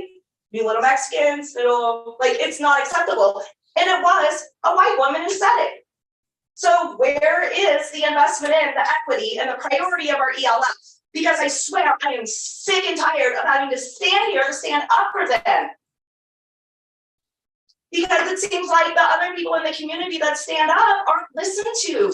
And they stand up and say something, and then it's like, hey, Anna, thank you so much for saying something. It's atrocious. I hope to God that presenter is never hired again in that company. We're trying to figure out the exact company because I see a lot of spending for this letters training. And I don't think I can tie it exactly to one company yet, but you guys know who you pay, sir? No contract with them. Because if I hear that again, I am going to take that to the feds too. Good night. But Michael Simmons. Michael present. I'm Inspector Nancy. Welcome. Thank you, members of the board, Superintendent Jara. First time attendee of this, and wow, I do appreciate the enthusiasm from the crowd. I do not want your job, I can promise you, Mr. Superintendent. I'm hoping, I'm not here to blame or point fingers at anybody tonight. I just hope to shed some light on something that I think could help save the district, and not just the district, a lot of county entities, a lot of money. I'm with a company called ROIT. I've been in this community for over 35 years. We're an IT integrator, MSP, a managed service provider, for those of you who don't know what that is. We're also an MSSP, a managed service security provider. We bid on a lot of contracts, and we have over the years. About a year and a half ago, I decided to take upon myself to figure out what was going on in the basically SLED, state and local education area, and why more local companies were joining the business. And it came down to a little secret that a lot of folks don't know about, an RFP process where manufacturers give special pricing to a vendor of their choice. And what happens in that process is an out-of-state manufacturer's rep, whether it's be Arizona, California, pal around with their buddies from another vendor like us or somebody else. There's lots of us in here, by the way, a lot of agents. And we're giving them special pricing or registered pricing, they like to call it, on an RFP. It's a public RFP.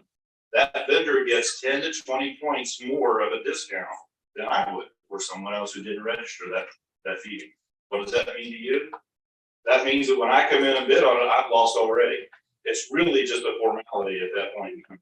A year ago, there was a county entity here in Las Vegas that basically had been buying from the same vendor for 25 years. They were guaranteed best price. Somebody came along and said, well, let's check it out. Let's test them. Let's send it out to bid. The winning bid was $480,000 less than the bid from the company they'd been buying from for 25 years with best price. But they were also promised 10% back for every million that they spent. If we do that math, 480,000 in a single transaction seems to trump, every million you spend getting $100,000 back. So again, all I want to do is bring it to your attention. I'm trying to enlighten as many county entities and SLED vendors or entities as I can, because I think this is a real problem that could put hundreds of thousands, if not millions of dollars back into our community. Thank you. Going to move on to the yellow cards at this time. Gina Greason. And Nikita Andrews, Elizabeth Lozado Aquino. Good evening, board members, Superintendent Jara. For the record, Gina Greason, Nevada Voters for Animals. I came tonight because I'm concerned about a situation that was occurring at one of the high schools last week. I was told that there was a company by the name of Desert Squad Pest Control and Wildlife hired at one of the high schools to trap and euthanize some cats that were under the portables that they were having an issue with. I was deeply concerned about that because I'm not aware that it is legal for any pest control company to be euthanizing cats. So thankfully I was able to intervene and meet with the principal, and he gave a couple of nonprofits and volunteers the opportunity to trap those cats humanely. And they're working on that right now. But I'm still deeply concerned because the company said, and I mean, I literally have a recording of this, that yes, they were going to trap, they were going to euthanize the cats, but they would not tell us how. And the only person that could tell us was the principal. I have an email into the principal. There's been several requests to find out what the intentions for those cats were.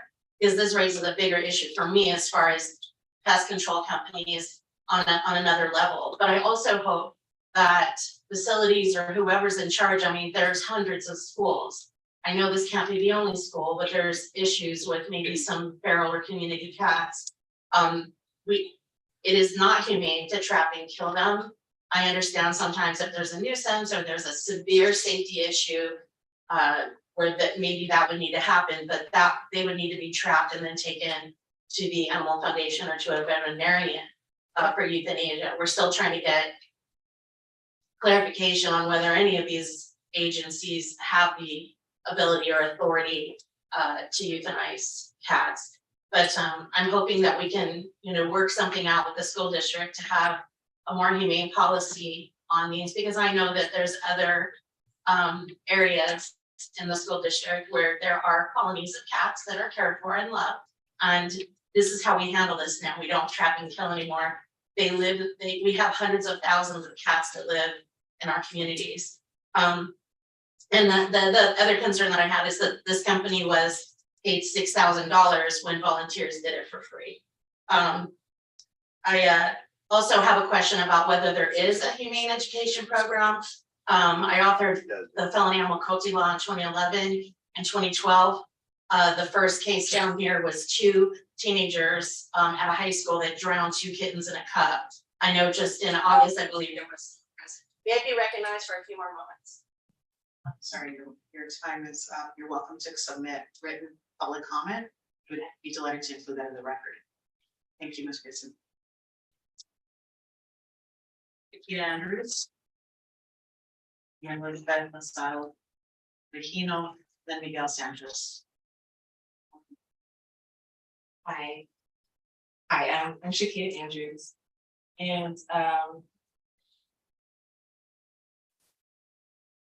this adorable little sweatshirt is my son's, and it has cut marks all through it, on both sides. It was colored and cut. He got this sweater September 15th, which was his birthday, and September 30th he was attacked at school. And I got no calls about it from the principal or any of the teachers. But I've actually been going through quite a few things with the principal at this particular school. It's Ruby Duncan Elementary School. I am a disabled veteran, and I'm also a domestic violence survivor. I'm also a published author, and I deal a lot with those who have been through abuse, and I do not tolerate bullying of any kind.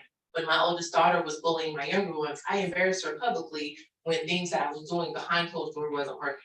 So when it comes to my children and all bullying, I have been up to multiple schools through CCSD multiple times for months on end to try to get bullying to stop. And now my baby boy, my 6-year-old son, is experiencing it, and there has been no resolve.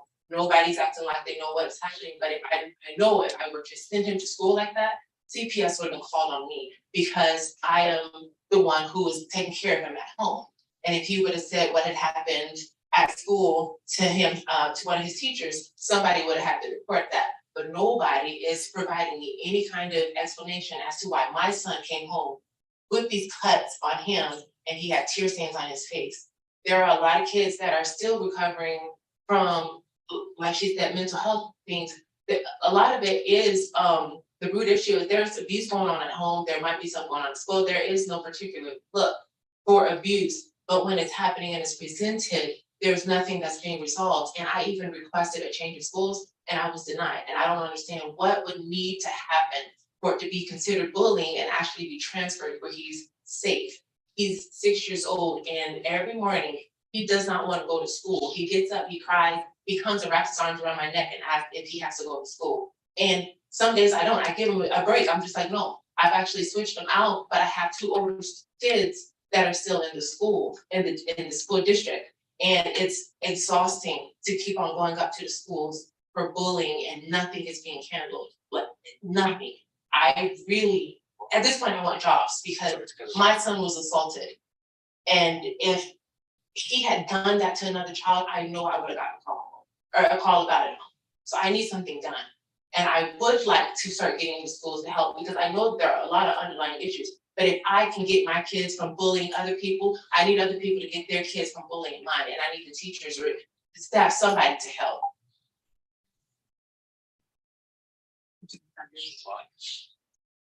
Ms. Beth Gonzalo Regino.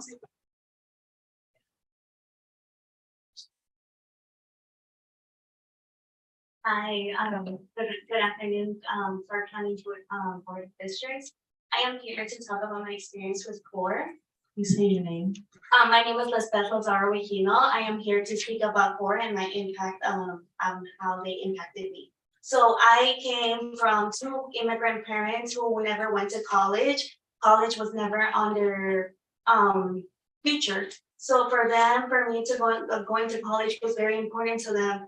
But not having the resources handed to them was really hard. But at the beginning, at the end of 5th grade, CORE, which at the beginning was called I Have a Dream program, came to the school district to West Preparatory Academy and announced that they are building this program to help students go to college. So my mom was there to sign up the paperwork, do everything that you have to do in order to be part of the program. Ever since I've been in the program since 2013 till now, I am part of the family of CORE. And not only CORE helped me get into college, it helped me get scholarships, community service, resources for mental health. We have somebody special there to help us with our mental health because we know that college is hard. College is everywhere. Books and everything. They were there to supply us with school supplies.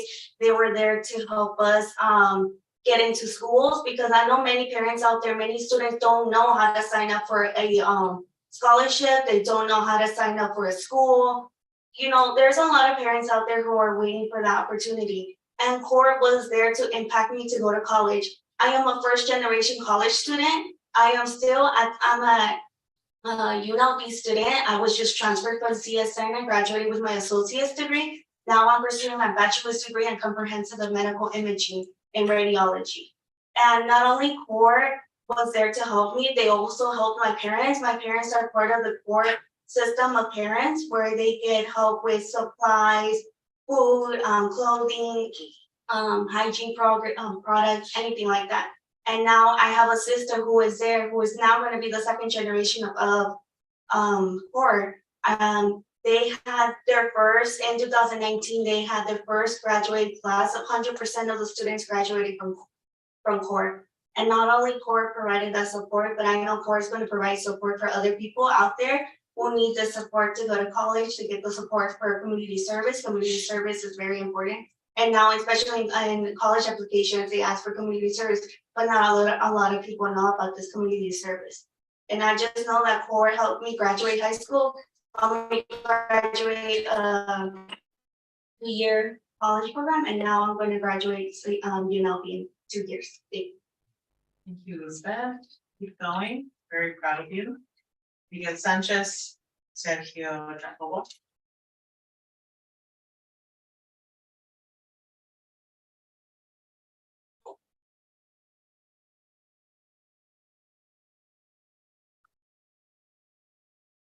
Welcome, and please state your name for the record.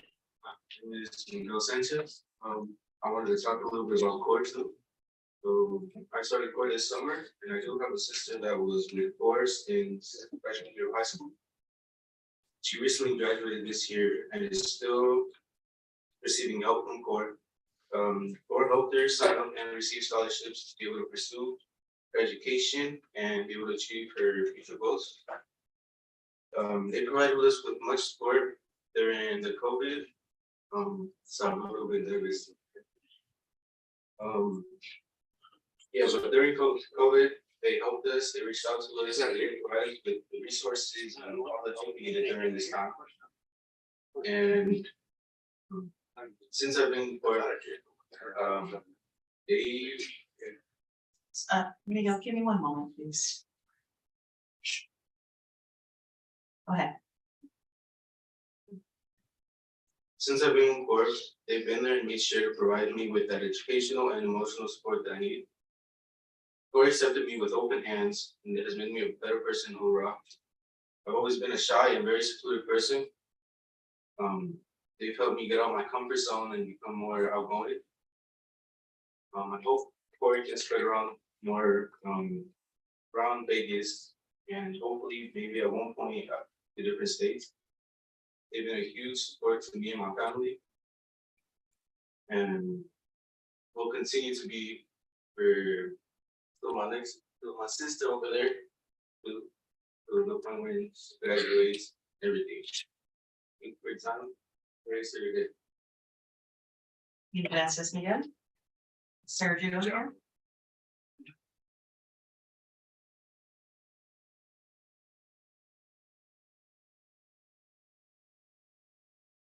Please state your name for the record. Welcome.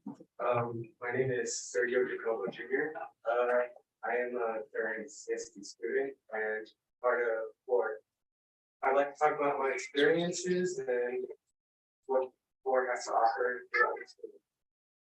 So CORE has really helped me and my family with basic necessities that we may have needed and all the relief that we needed during the COVID pandemic. I have been able to express myself just a bit more since during the pandemic I have become very reserved and kind of closed myself off. But they've really been helping me with emotional, mental, and psychological support so that I can be the best person I can be and hopefully achieve my dreams for my future. CORE offers, as I said, they offer basic necessities for whatever a family would need.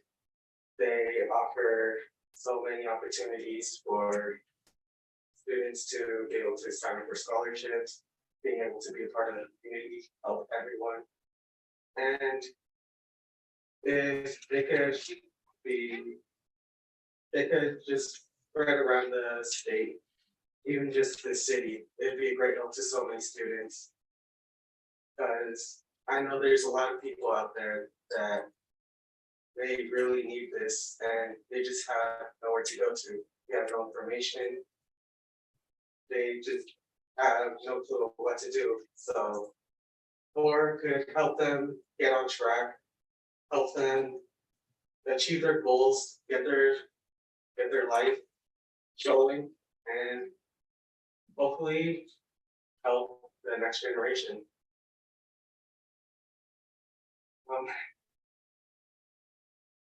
So I'd just like to say that I'm thankful for everything that CORE has done for me and my family. And I hope that you continue to help people right now and in the future. Thank you and have a good evening. Thank you, Sergio. All of our students, good luck as you continue this school year. Thank you for being here. Now it's time to move on to item 5.01. Upcoming meeting announcement. The upcoming meeting of the Board of Trustees, the next meeting is Wednesday, November 2nd. Please note November 2nd has been canceled. Next meeting of the Board of Trustees is November 17th at 5 p.m. here in the boardroom. Excuse me, I have a public comment. I apologize. What's your name, sir? Matt Schriever. Okay, go ahead, Matt. Welcome. Thank you. My name is Matt Schriever. I attended this school board meeting 2 weeks ago with my 2 sons and about a dozen other Centennial High School students. They wanted to come again tonight, but they didn't want to have to wait another 4.5 hours to talk. So I'm here on their behalf. I wanted to attend tonight to thank you and whoever else at CCSD was responsible for listening to us 2 weeks ago, and to thank you for listening to the thousands who signed the online petition and sent emails. Thank you for reinstating Keith Wickerman as a principal at Centennial High School. It's still a little disheartening to not have any information as to why such a rash decision was made in the first place, and as to why no information was communicated to the parents or students. It's also disheartening to hear that it did not only happen at Centennial High School. Channel 13 had a report a week ago that principals were changed to Cabo Verde and Durango High Schools, and Garside and Fertitta Junior High School. Are there others? Where? Why? No transparency and no notification to parents. In the Centennial situation, some parents might not have even known that Principal Whipperman was even removed until they received an email from CCSD that he was coming back. How is that possible? The lack of transparency and the removal of principals with no notification is disheartening. And as a parent, when a situation like this occurs, I'm not asking for CCSD to give every last detail, but there should be some sort of notification and brief explanation when the dramatic action of removing a principal mid-school year is taken. Otherwise, it looks very suspicious. Conspiracy theories or defamatory comments will run rampant. Parents are invested in the education of their children and deserve to know whether or not an egregious violation of the policy occurred when a principal is removed in the middle of the school year. Otherwise, you are detrimentally hurting students by negatively affecting the strong relationship and stability that they have with their school administrators. We parents demand transparency. We demand to be able to be a part of our children's education. Please be better. Address these concerns and let the community know why so many principals have been reassigned in mid-school year without any notice to parents. I would also ask that you change the public comment policy you currently have. If a CCSD student takes the time to come to a board meeting on a school night, don't make them wait here for 4.5 hours to be able to speak to you for 3 minutes. Let them speak at the beginning, the middle, or at the end of the meeting, whenever they're able to get here and set aside time from their schoolwork, sports, and other activities. You can't talk to them or take action on their concerns that night anyway, but at least let them know that you value them and their time. Let them get home so they can get to bed. They have school the next morning. Thank you. Looks like that concludes public comment. This time I'd like to back to 5.01. The next meeting, the Board of Trustees on November 17th at 5 p.m. here in the boardroom. Moving on to item 6.01, adjournment. Trustee Guzman. I move to adjourn the meeting. Thank you. Trustee Cavazos. Thank you. I second that motion, please. Trustees, we have a motion by Trustee Guzman, a second by Trustee Cavazos. Please cast your vote. Motion passes 7-0. The time is now 7 p.m. Thank you, trustees. Thank you, everyone. Have a great evening.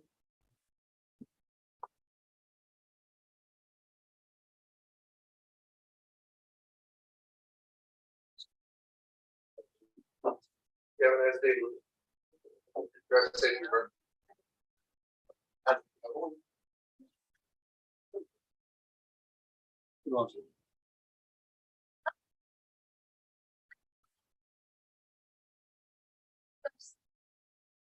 I